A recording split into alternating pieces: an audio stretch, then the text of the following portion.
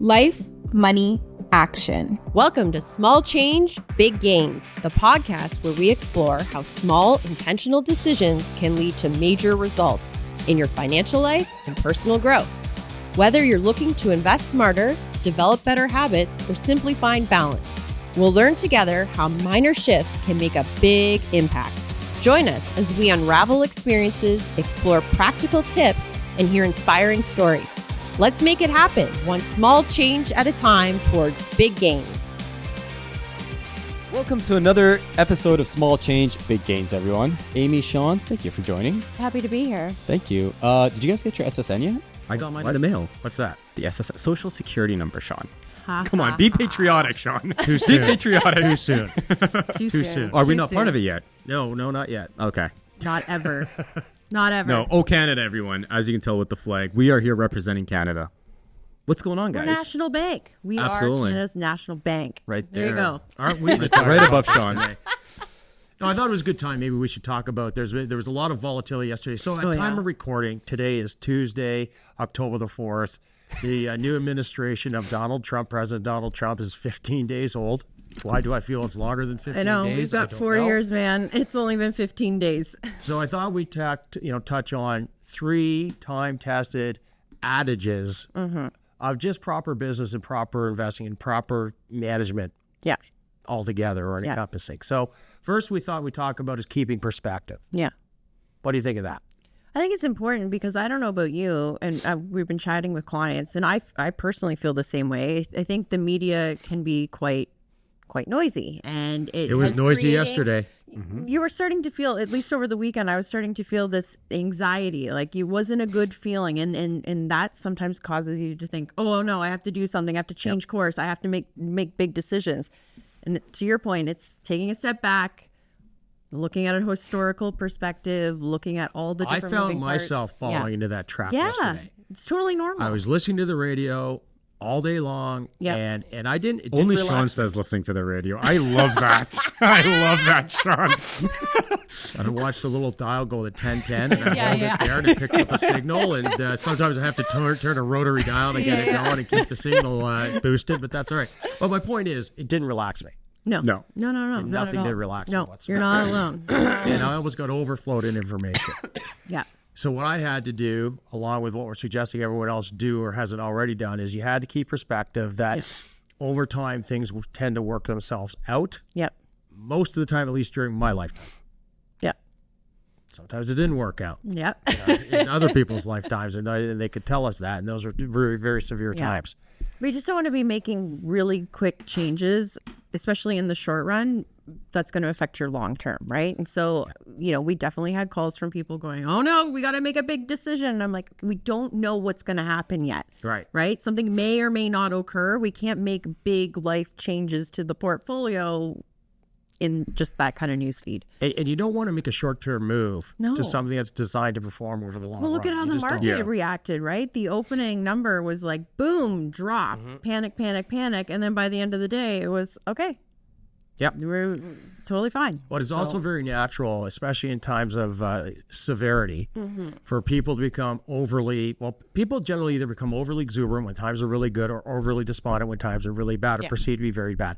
And that's a natural response. I mean, we have a lizard brain. A lot of psychologists and body language experts and so forth talk about our lizard brain.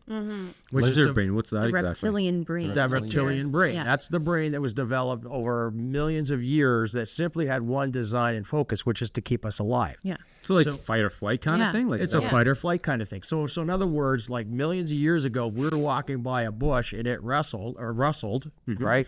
Well, today we think it's the wind rustling the leaves. Yeah. Well, back then it could Saber-toothed tiger. that could eat us. Yeah. So like a we saber run with from the tooth bush. Yes. So that's a very natural Jalal instinct wouldn't for run. us. is to I would become rush right in there and So fight it. psychotherapy is called a catastrophe mindset. It's very easy to slide into this, that this is going to be the worst ever, and the catastrophe that could occur depending on what happens. Yeah. And make no mistake about it. Like if the tariffs that were being proposed by President Trump had been levied or could be levied, it's not going to be easy. And we'll get into that in a absolutely moment. not. But nonetheless, the world will go on. Yeah. We will survive it. It won't be pretty, but we'll survive it.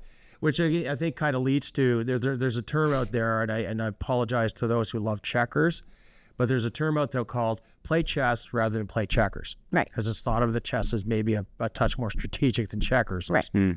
Right. And that's what we need to do here. Look long term, be pragmatic. Don't do anything that's going to affect you monetarily in a reaction to something that could be short term. Yeah. Because look, at the end of the day, if let's say the worst does occur and the tariffs are applied to Canadian exports going into the United States and so forth, and then we have to apply tariffs to imports coming to us from the United States, the last thing we want to do is self-impoverish ourselves Yeah. because of exogenous events that may or may not affect us. And we don't know how long it'll take for them to affect us in the first place. Yeah. But it would affect us, right? Like I'm asking an economic question. Tariffs are hurtful for the economies. Yeah, they're not great. Of the participants. Oh, 100%. Yeah. Yeah. Yeah, I mean, I was listening to Scott Galloway talk on a podcast called Pivot with Kara Swisher, and he had an interesting take on it where he goes, the definition of stupid is when you do something that not only hurts the person you're trying to offend against, but also hurts you as well. Yeah. Yeah. Yeah. That's the ultimate definition of stupidity. Right. So, of course, it's going to hurt. And there's, like, no one wins a trade war. Yeah. But unfortunately, we also have to be realistic in terms of what we are and what we're up against. Yeah. You know, we're up against an economy where the population is 9 times our size Yeah. and their gross GDP is 12 times our size, which means on a per person basis, they are doing 30 to 40% better than we are. So this is something we want to avoid. But again, we don't want to give up our national sovereignty in order to do it. And this is not a political message. This is more of a nationalistic, proud Canadian message. Absolutely. What are your thoughts? Well, my thoughts are, I don't know. For now, I love Canada. I'll be honest. So, Saturday when listening to the news, listening to CTV, and when Trump first announced, and then we were all waiting anxiously for Trudeau and his cabinet to come out and say their piece and what they wanted to say. Like, as Amy previously alluded to, like I was feeling very anxious. Like I was, I don't want to say I was afraid. I don't want to say I was emotional. Maybe those are the wrong terms. But as somebody born, in 1990, I didn't go through things like the Cold War. But these are the images that came to my head when I was hearing a tariff, like you can say, like tariffs being implemented on Canadian imports into the U.S. So I've never been in something like that, And as somebody raised in Canada, I've always viewed America as literally like our southern sibling. We share many cultures, and now tariffs being implemented, it was definitely different. It was definitely a different feeling. And was I scared? I don't know. It's scary to see how it's going to play. Well, I know like you I and I said, talked on Saturday night. Yeah, And exactly. Look, I I messaged you, and thankfully you called and calmed my nerves down a bit. At least I was calming someone's nerves down. Yeah. I mean, look, it's very normal to feel that way. And look, what's going to happen in the short run is going to happen in the short run. It is largely and enormously out of anyone that I know or anyone sitting at this table, their control. We have no control over this outcome. But I just want to say something, Sean. Like previously, you had said things like this tend to work themselves out. And just for our critics out there, they don't really work themselves out unless people want to work it out. Okay, describe that to me. Like things don't work out for the better just because if you leave them alone. Like you do need both sides of any conflict to actually want to reach an agreement, want to reach a mutual understanding, or they want what's best for their, if we're talking about politics, they want what's best for their constituents, for the people they represent within their jurisdiction, obviously. So in this case, the U.S. and Canada. But they also want to, I don't want to say benefit the other, but it does have to be a mutual benefit to both. Things don't work out just by leaving it alone. You do have to deal with the problem. 100%. Right? Yeah. And I think that's the optimistic side of me that we talked about this previously. Like, it is nice to see Canadians getting a little worked up about it and like speaking up about it. And in all honesty, in hindsight, did we kind of get a little too, lax and just comfortable with our neighbor next door? Like, why aren't we doing business with other countries in the world? Why haven't we made even those our other provinces, too? Right? Like we said, this is not a political statement here at all, but interprovincial trade is really holding a lot of the potential economic growth within Canada, right? Well, I think we all spoke even in our about that. personal growth, where do you grow? Well, when there's pain and when there's a problem, that's when you do your most learning. Look, here we are. We've got a pain and we have to deal with it. So let's come up with good solutions to By move the way, forward. audience, there is an overarching investment thought to this. At the end of it. Absolutely.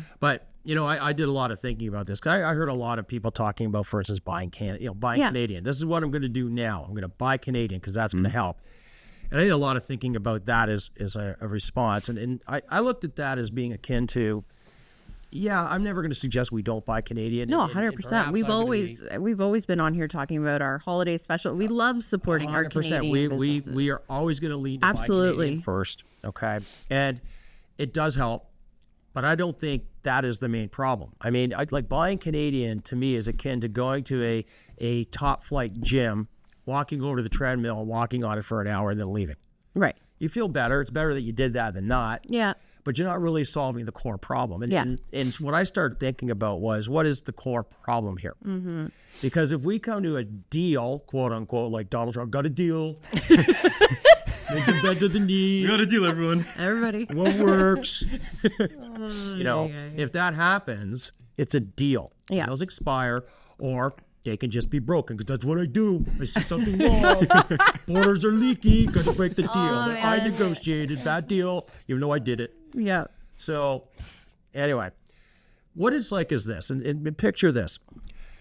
We've been going Canada as I'm going to use a man as an example because it just seems to be more appropriate, but you can use a woman as well. But Canada has been going to the beach for years and hanging out with all these people on the beach, and in particular, for various reasons, we hung out with 6 other friends. We weren't the biggest guy on the beach. Like, we're probably 6 feet tall, 180 pounds. We were good looking. We had a little mountain, had a little, plain, some rolling meadow. Like, we're good looking. We weren't the biggest guy on the beach. Right. We weren't the smallest. Well, we were known as being nice. Yeah. Nice. We'd go and buy beers at the local tiki huts and stuff and get along with everybody. God. We hung out with these friends. Like, we had this friend, Germany, who was like a little bigger than us. I call 210 pounds. France and UK, they're other friends of ours. We've been friends with UK for ages. Yeah. Maybe not as much France, but at the end of the day, we love France. We love France. My point is, they are like 195, 200-pound people. Right. But we were particularly good friends with the biggest guy on the beach. Right. Who was like this 265, 275. Was the first letter of his name an A? Yes. Yes. Right? I think I know. Yeah. It's big Good guy, old America. right? And Yep. because of that, we were afforded a lot of probably protection that we took for granted. We might not even known it was happening because we lived next door to the biggest guy on the beach. He would invite us over for dinner. He'd come over to our side for dinner. We'd hang out. We got along really, really well. Not to say we didn't get along with the other guys on the beach, the other 5 friends. But sometime, and the other thing too is, like, we went to the gym a couple times a week. We did our martial arts. Like, we trained on self-defense and stuff that we're really good at, maybe a couple times a week. But then sometime along the way, we stopped going to the gym. We stopped our training. We got comfortable.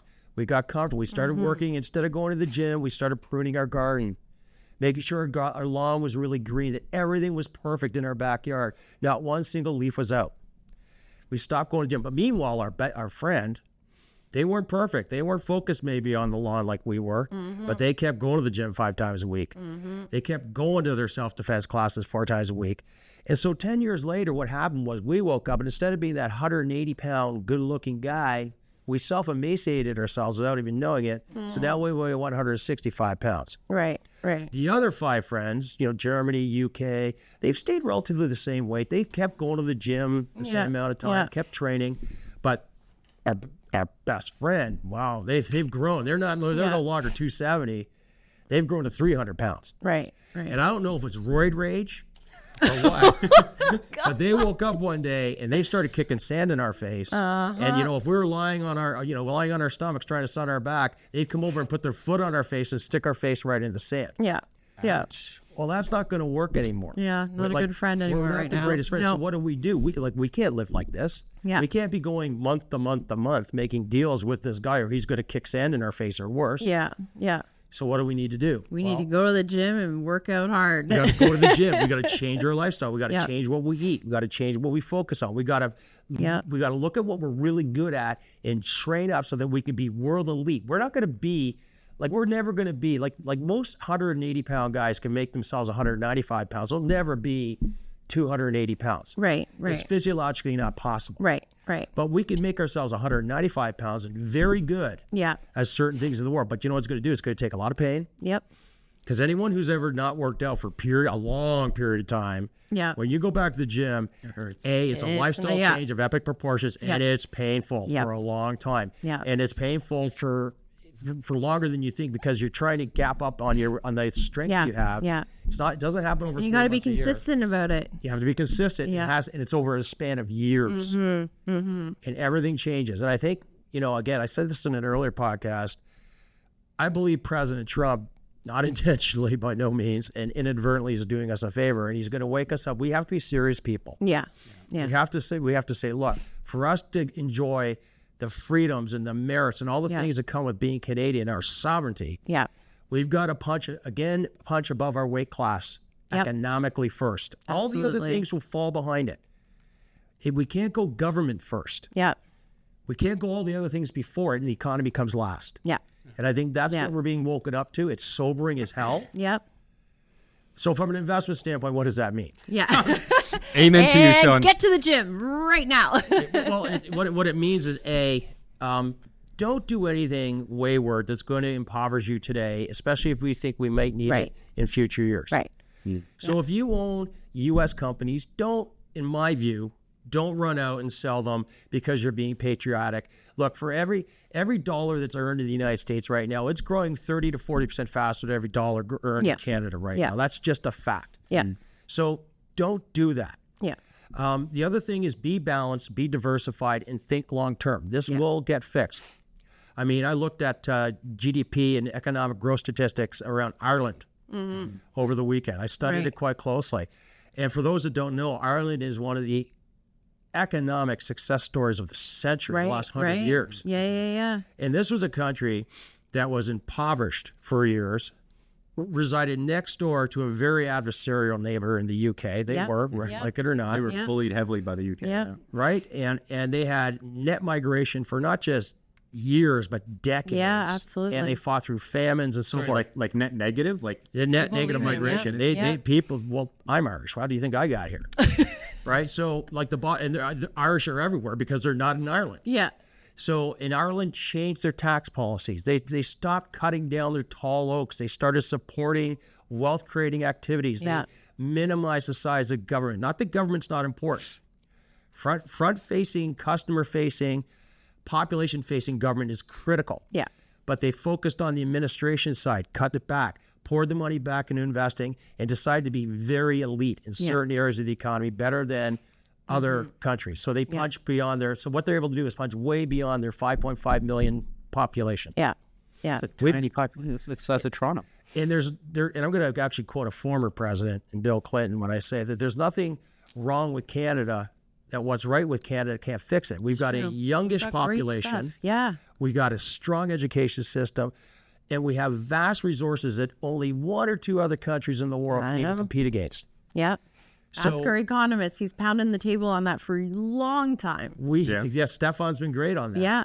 So we got to stop leaning our ladder on the walls that aren't going to get us anywhere. Well, we've got that 300-pound guy who I don't know what's going on in his head, but he will punch us out possibly one day.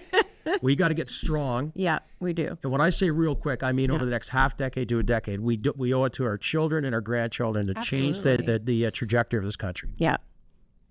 so well said. Yeah, that's a good analogy. I really like that analogy. Geez, thanks. That's good. I like it. Well, it's coming from a 180-pound guy. I know it well. Moral of and the I think story, it's go to the engaged beach. clients in the conversation of like, let's know what you own, why you own it. Again, tacking back to their financial plan. When you're thinking you're in the midst of this short-term noise, it's taking a step back. Yeah. We've planned for this, right? Every year there's going to be some crisis of another, right? So it's reminding yourself that these things happen. And what are you can I gonna add do one going thing? forward? Jenny? Yeah. Sure. It's a very emotional time. I mean, Absolutely. never in our history I've ever heard a president talk about making us the 51st state. That No, just is never crazy. said. Okay? Yeah. But try to be cognizant of who you're angry at. Right. Okay, like I'll give you an example. American businesses, by and large, are not on board with what Donald Trump is talking about. No. Like I doubt that Satya Nadella of Microsoft went to Donald Trump and said, "Can you do me a favor? Can you tariff 25%?" I think a lot of Americans were shocked, themselves, right? So I agree. So be careful who you're mad at. Yeah. This is not the average American saying, like the average American might have some subtle grievance with Canada, but not really. Right. Right. And so This is more administrative. Yeah. Like Trump or not, it's probably 90% driven by him and his administration. He's trying to accomplish something. I don't want to diminish that. I just don't know what it is. Yeah. So just cool heads. Yeah. Let's be Canadian, but let's start going to the gym more, and let's start eating better, and let's start getting really good at that one or two things that we can be elite at. I love it. And trying to beat ourselves over the head with it. I love it. And along with Canada. Yep. Love it. Thanks, guys.